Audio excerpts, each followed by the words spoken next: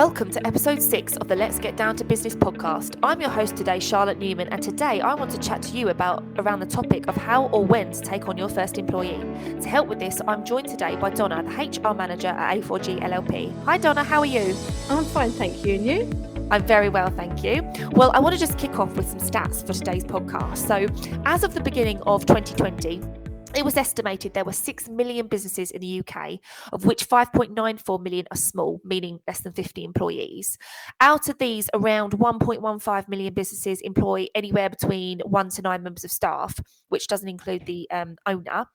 And that is actually 48% of the total employment market. So, Donna, with these statistics in mind, the likelihood is that our listeners are businesses of at least one owner, and they're looking to take on their first member or members of staff.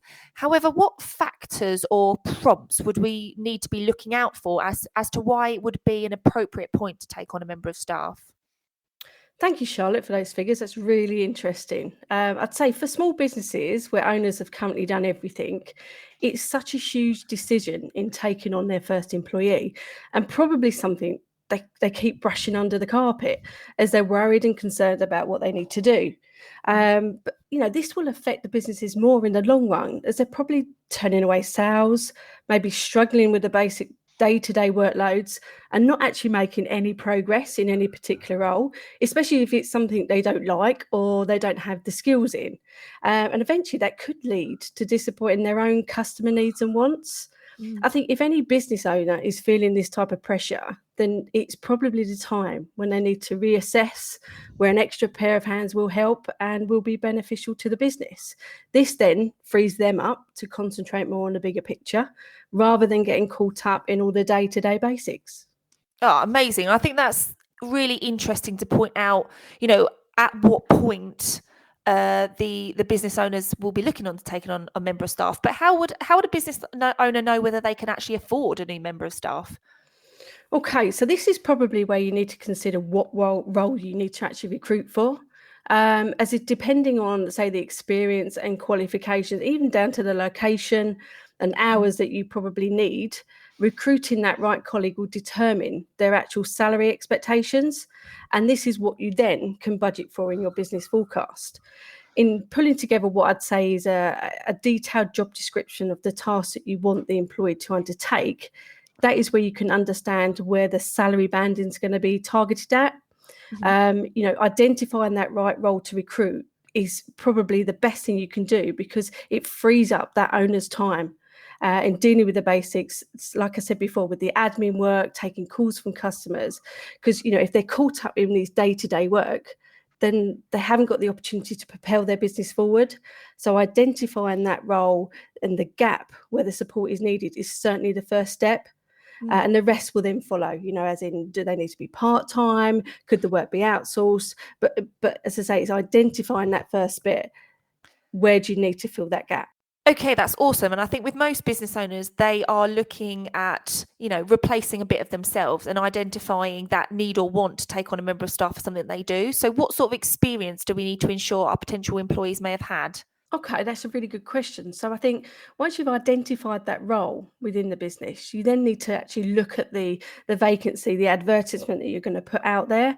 And this is where you start looking at what essentials you need to fill that role. So what type of experience does that employee need?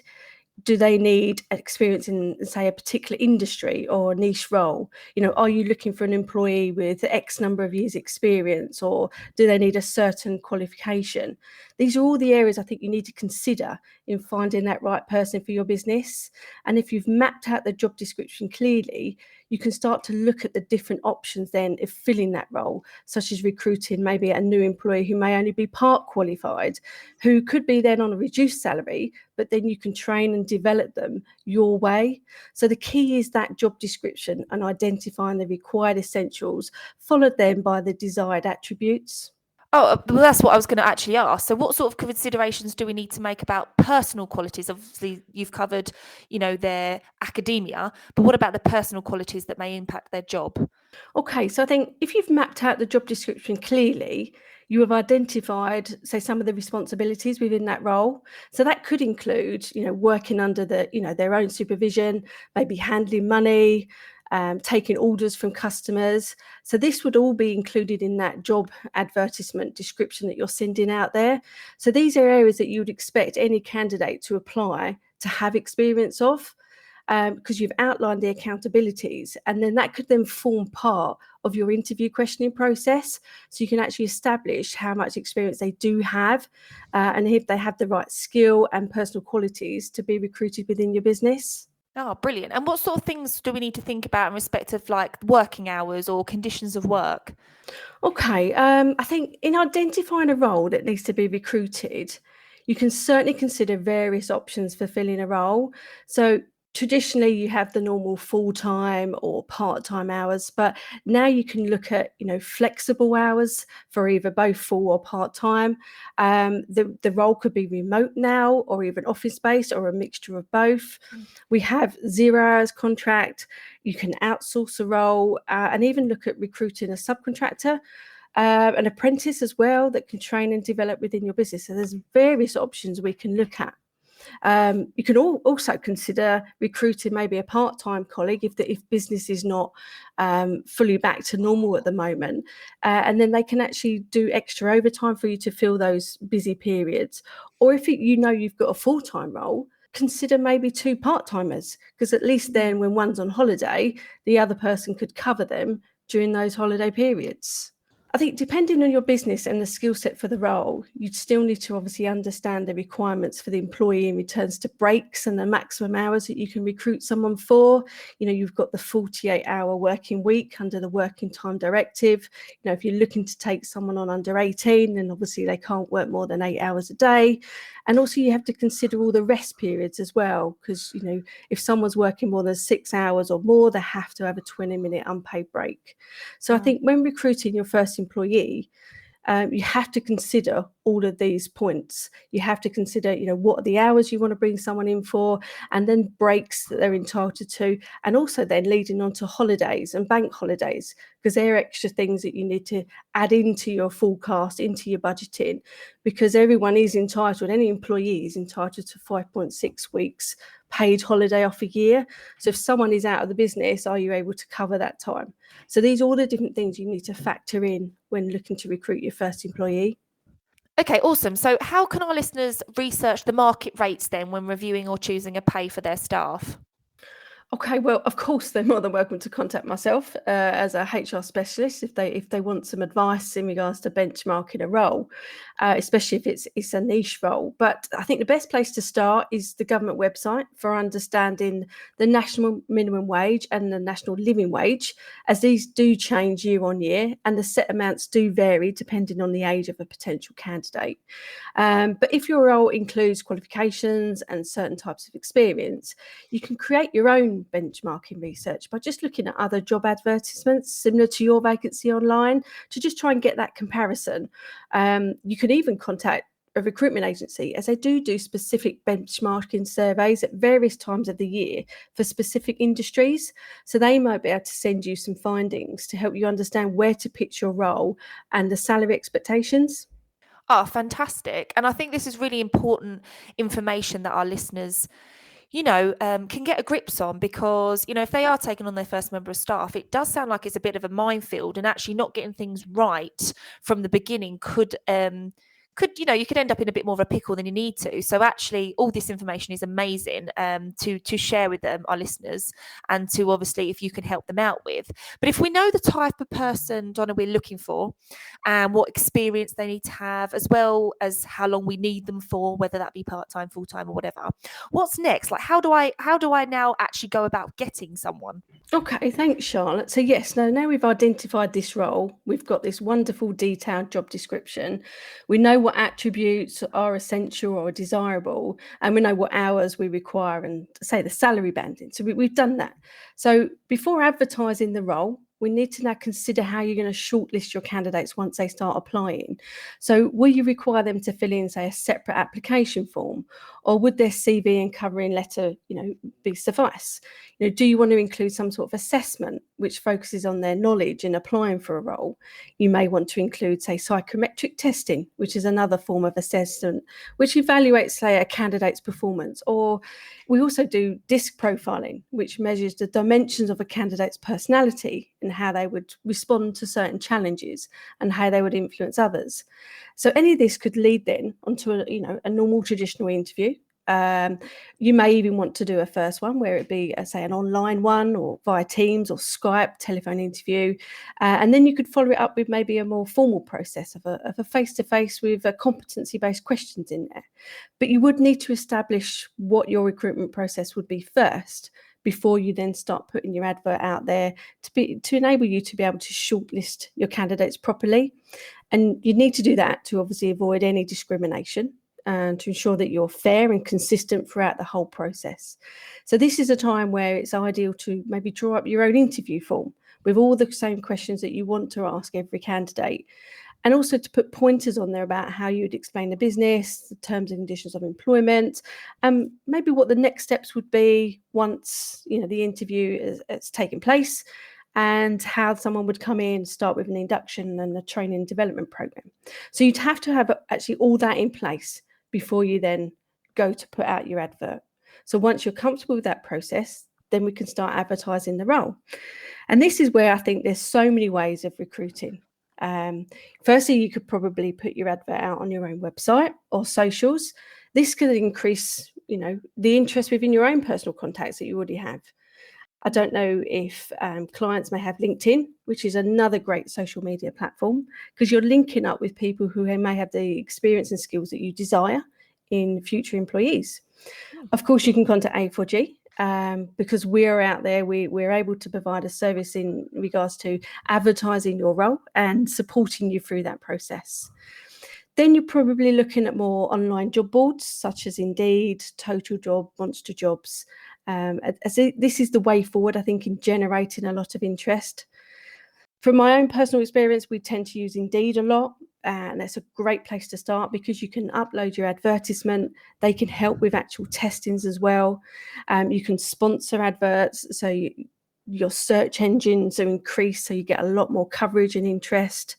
So I think Indeed, if you're looking for a job board, Indeed is a good place to start. I think a lot of people forget recruiting locally. So you could look at even putting a job advertisement up in your local co-op or shops if that's where you want to focus your recruitment. Mouth shots.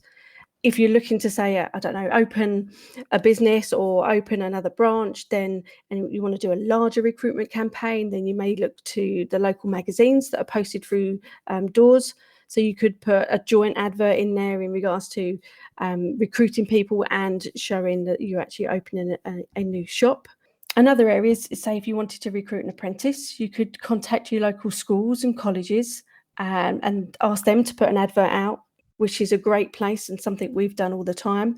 Don't forget your local, your government websites. So if you want to upload an advert for an apprentice, that is your best place to go there as well. So there's so many opportunities to advertise. I think finally, recruitment agencies is probably if you're looking for a specific niche position. So this is where you're looking for an applicant that maybe has to have a certain qualification or you want X amount of experience. So of course, recruitment agencies is a choice that you can make. But just bear in mind when you are looking to use a recruitment agency, there is a fee. So when you used all the others, such as Indeed, that can be free, your local schools and colleges, there's only sort of a small cost involved there. When it comes to using a recruitment agency, there is a fee involved. And that could be anything from 15 to 25% of the salary that you're actually offering. So you do need to consider that when using a recruitment agency, and also the terms and conditions that come along with a recruitment agency. So please bear that in mind. But as I say, with any of those choices, if you're not sure, then by all means, you can drop me a line and I can explain probably the best route and give you some advice on the best agencies maybe to use. Yeah, fantastic. I mean, I didn't really realise there were so many places that people could go, but that's such a fantastic list of, potential. I think sometimes we think, oh, we'll just go down the traditional route and post it on, on a job site and hope for the best. But actually, business owners can be a bit more creative, I think, maybe of where they get people and target, where they want to get their staff from. Could you just briefly talk us through some of the legal burdens of employment, such as contracts, the need for policies, that sort of thing? Okay, thanks, Charlotte. I think once you've decided on your new recruit, you would need to send the successful candidate a job offer letter. This is outlining the role and explaining all the pre-employment checks that you have to do prior to them starting. Mhm. So this can include references, clarifying, their previous positions, and also if they have the right to work in the UK, which is key.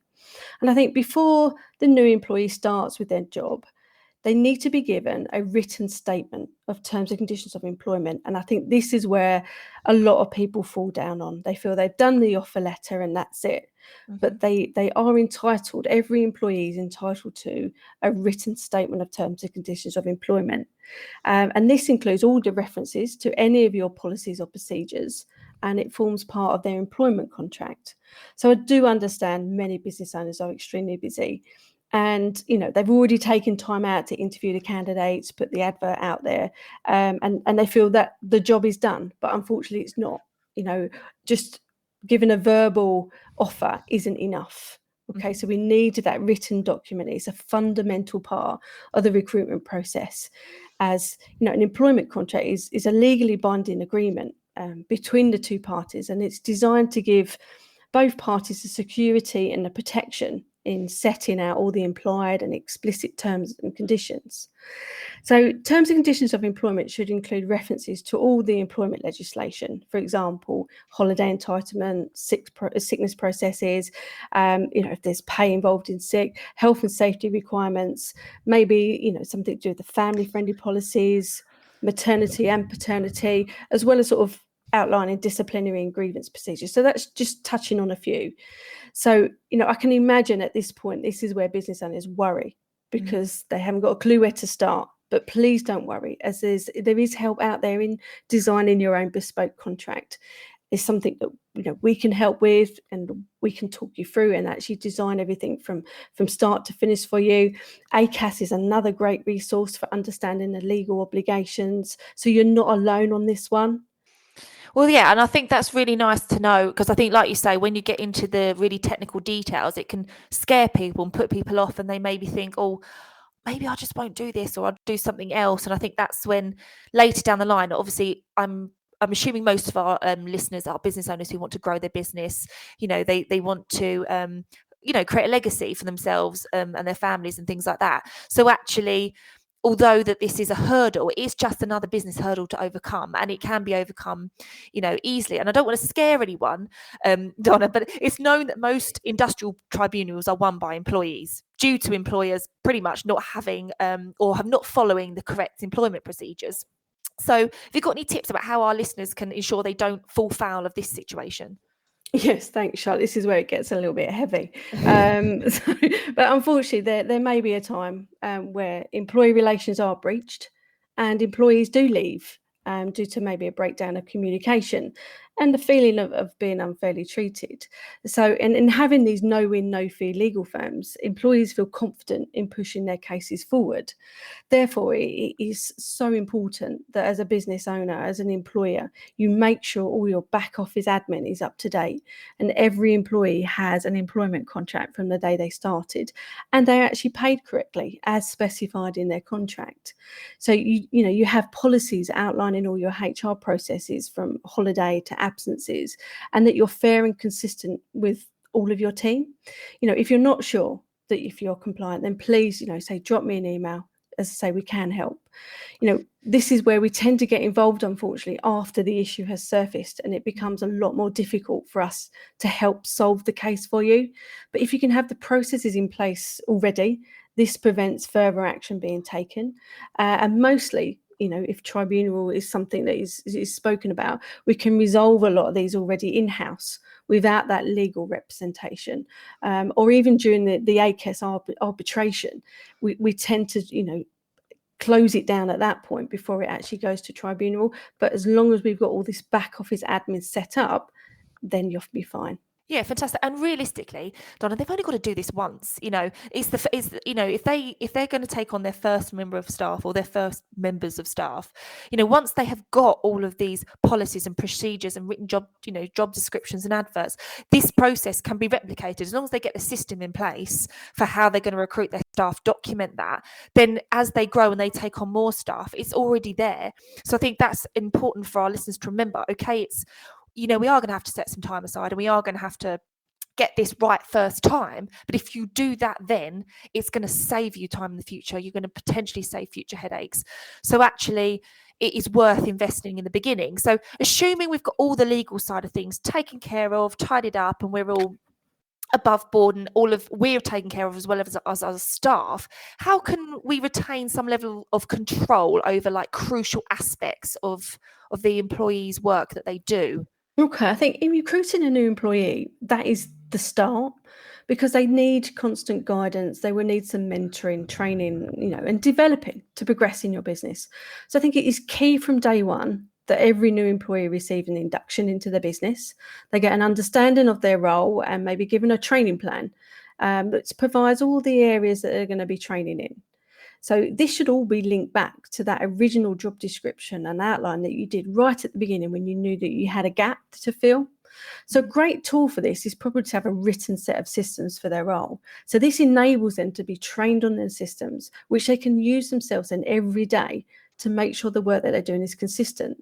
So it could be producing certain checklists for them to follow, and that enables you then to check back to make sure they're following those systems and they're progressing and reaching a required standard. Fantastic. We've actually had a question in from one of our listeners on social media, followers on social media. They've actually just asked, which I think is a good point here to add in, what a probationary period is, and would I be required to regularly review my staff? Okay, yeah, no, I think that's a great question. So I think when a new employee is recruited, they work within a probationary period. So this can be a period of time set by you as a business within your contract. So it would have already been set in your contract. So it's not something you need to make up. It's something you've decided that everyone has a set period of time called a probationary period.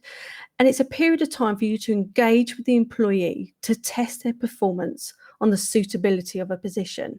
So if you find an employee's performance to be unsatisfactory after various training and review processes, you can then terminate their contract within that specific timescale. So a normal probationary period is 3 months or 6 months, some are 9 or 12, depending on what type of business you've got. But I think normal probationary periods normally sit between the 3 to 6 months. So during that probationary period, it is the employee's responsibility to ensure that they follow up with the new employee on a regular basis. So that could be through either a sit-down, one-to-one catch-up chat. It could be sessions via Skype if they're not in the same building together. But you're discussing all the key issues of their training and their development. You're setting them new goals that they can then work towards and that you can review the following month. We advise to document every review conversation, and it's best practice to maybe have a standard probationary form that you can fill out for every employee as they work through their probationary period.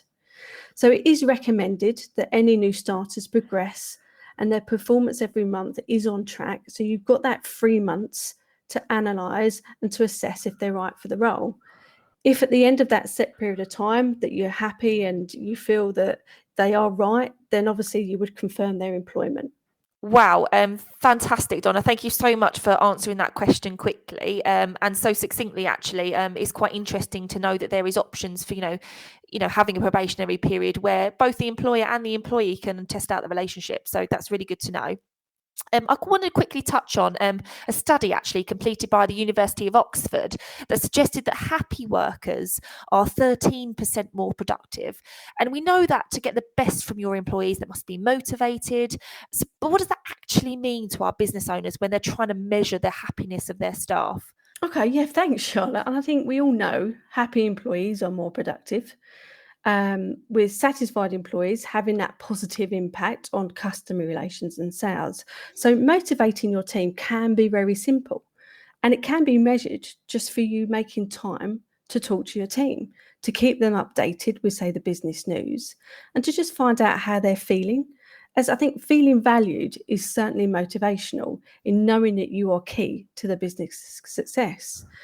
Job security can be another key motivator, which can include having the right terms and conditions of employment and knowing that you're getting paid and regularly receiving staff reviews.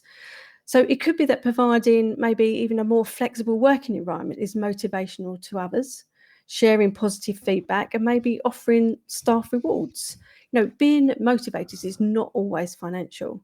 It's creating a friendly working environment with opportunities for development, with personal goals set that align with the business goals. It's just as important. Wow, fantastic, Donna. That is incredible information. And I just think it's important for our listeners to understand from the beginning that a carefully chosen, well-managed, and fairly treated employee could just help you to enjoy the success you perhaps wouldn't have been able to achieve on your own without the staff.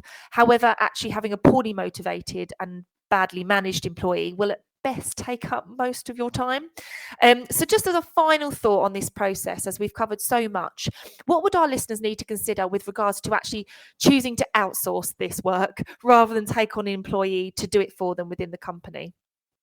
Okay, yeah, I think that's a really good question. So thanks for that, Charlotte. And yeah, outsourcing certain roles or tasks is certainly an option to consider if you do not want to recruit your own employee. Outsourcing, say, non-core activities like all your back office admin can certainly save you time, and then it frees you up to concentrate on the main function of the business. I think one of the biggest and most obvious advantage here is it's reduced costs in labour and operations, and also your overheads expenses are reduced. So it could then also increase efficiency, because if you're outsourcing, you're bringing in maybe a specialised individual that's got knowledge and experience that you couldn't actually afford to recruit yourself. So you're reducing your risk there, and you have an extra security from these outsourced providers. So I think outsourcing is certainly something to consider, especially within smaller business operations, as you're bringing in the skill and keeping yourself competitive without that added cost and burden and wages and obviously legal employment requirements.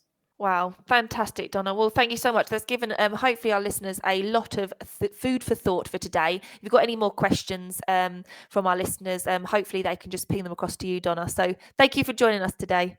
No, thank you. That's Thank been you. fantastic. Thank you. Well, next week will be our last episode in our Getting Started series, and we have an extra special guest joining us, so you just simply cannot miss it. So if you have any questions for us on the whole of the Getting Started series we've covered, please email them over to inquiries@a4g-llp.co.uk. In the meantime, head to our social media at A4G Chartered Accountants and make sure you follow us to stay tuned on what we have in store for you next week. Alternatively, check out our website, www.a4g-llp.co.uk. That's full of free tools, guidance, plenty of food for thought, especially with details on our business breakthrough programs, which help your business start up the right way and beyond. I've been your host, Charlotte, and this is Let's Get Down to Business.